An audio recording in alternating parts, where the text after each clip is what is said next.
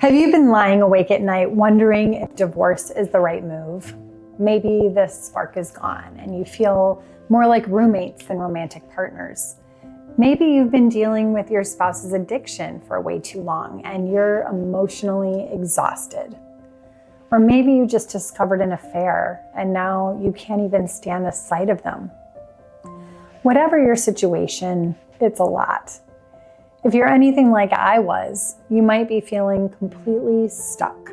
Deep down, you know your marriage is over, but the thought of actually moving forward is terrifying.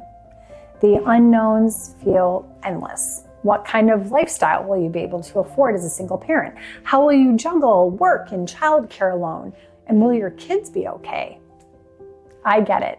I was afraid of making the wrong moves for my kids, afraid of being alone, and afraid that I was about to lose everything I had worked so hard to build. But here's what I learned. You don't have to have all the answers to move forward.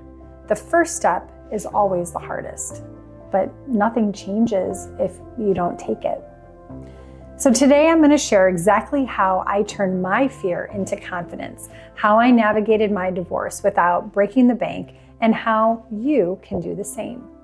So keep watching because this might just be the turning point you've been waiting for.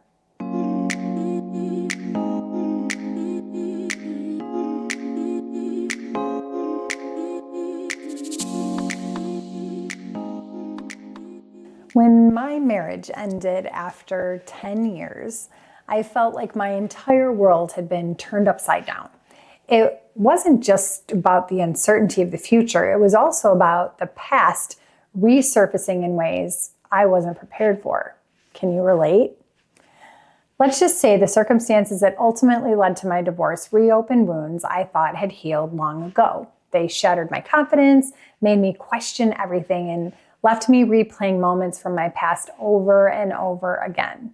Yet in my professional life, I had always been the one who thrived under pressure, the person others turned to when things got chaotic.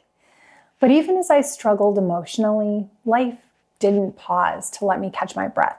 As I suspect you've experienced, I still had responsibilities, I still had to show up, still had to figure out what came next, even if that meant throwing on sunglasses at school pickup to hide my puffy red eyes and pretending I had it all together. If you're in that place right now, I want you to know you are not alone, and more importantly, you are not powerless.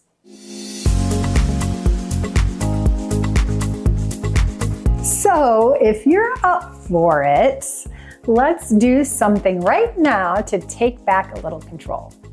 I would love for you to grab a piece of paper and write down the biggest fear that is keeping you stuck.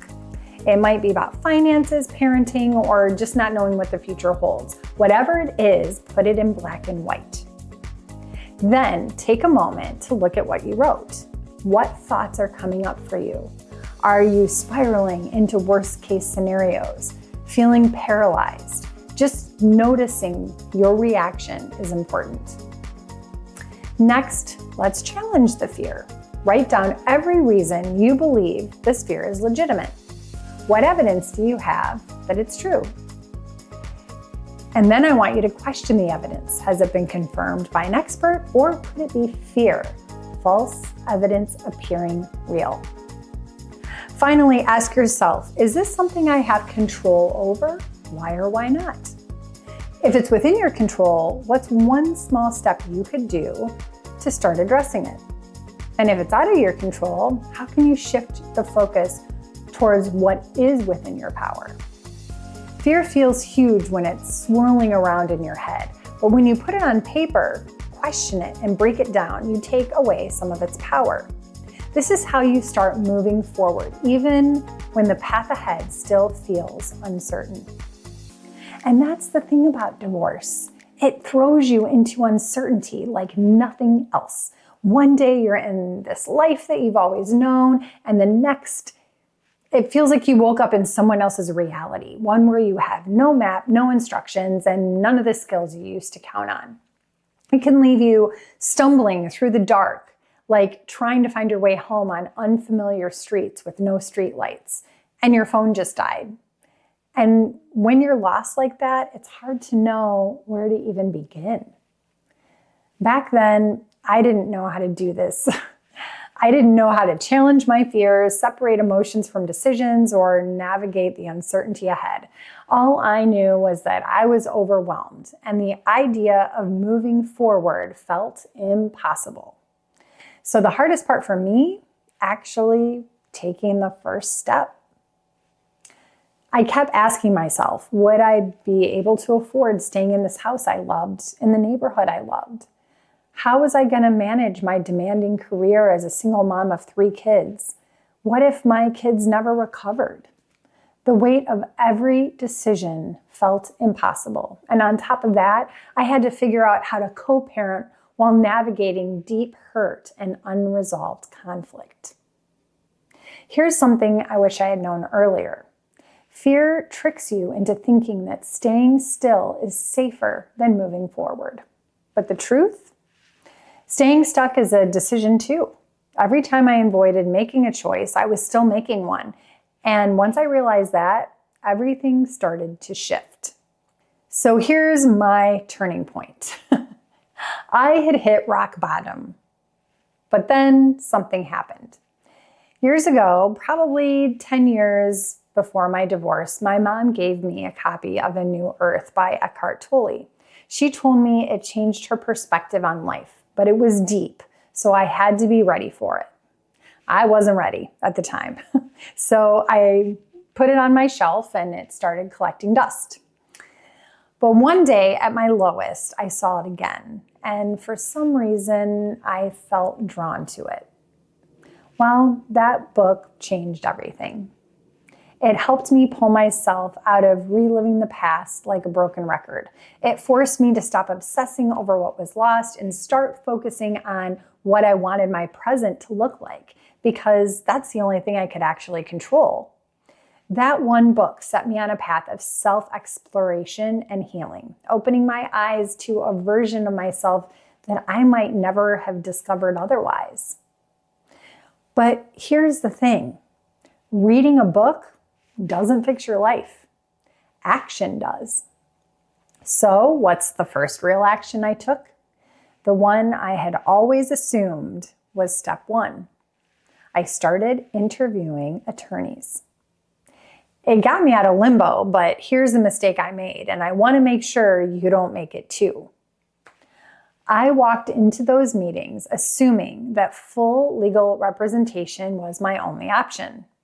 I thought hiring a lawyer to handle everything was just what you had to do.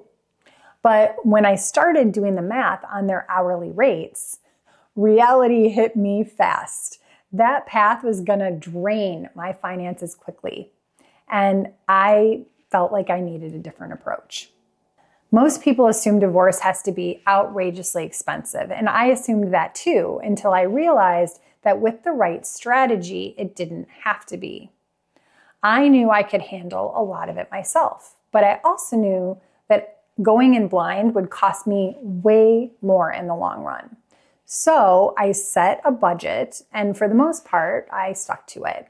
And I didn't do it alone. I worked strategically using an attorney in a limited scope arrangement to keep costs down while still feeling legally protected, and made sure I understood my rights before making any big moves. And that's the key, having a plan and knowing what to do before you start. With every step forward, the fear got smaller. I started separating my emotions from the business of divorce and focusing on what really mattered, handling it in a way I wouldn't regret later, keeping more money in my pocket and minimizing conflict for my kids and myself, if I'm honest. What's one big myth about divorce? That you need to lawyer up and have full legal representation just to get a fair outcome.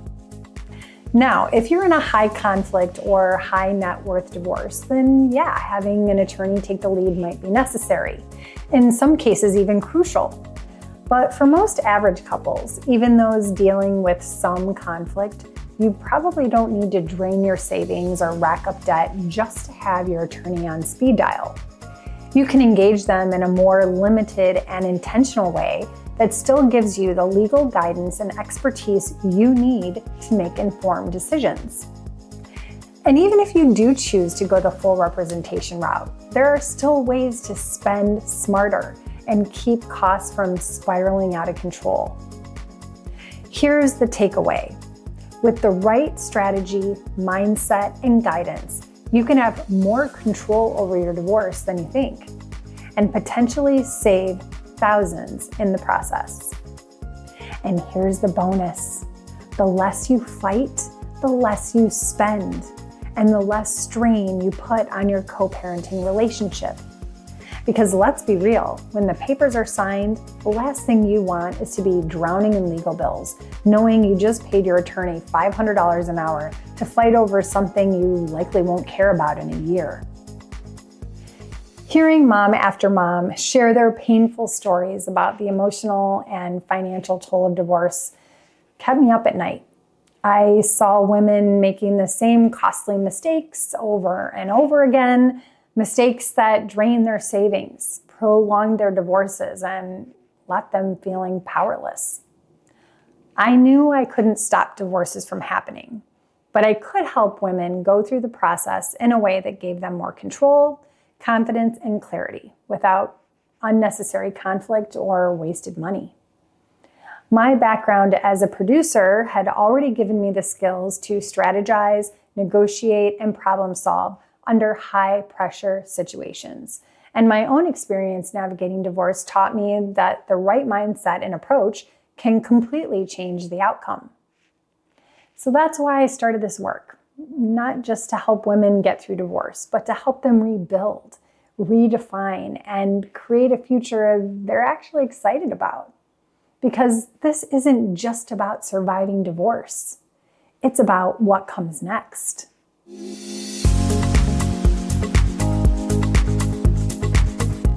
If this video resonated with you, I want you to know you don't have to figure this out alone. There are real, tangible steps you can take right now to start feeling more in control of your future. First, make sure to subscribe so you don't miss out on more videos like this. Second, you can grab my free exit strategy worksheet. It'll help you evaluate exactly where you are in the process and give you insight into what you need to start thinking about to move forward with more intention. And if you're ready for deeper guidance, get on the wait list for my upcoming comprehensive guide, A Life Reimagined, The Exit Strategy. It's a step-by-step roadmap that walks you through everything you need to know to prepare for divorce the right way, and it can save you thousands. No matter where you are in this journey, just remember, you are stronger than you think. So keep reimagining what's possible. You've got this, and I've got you. Until next time.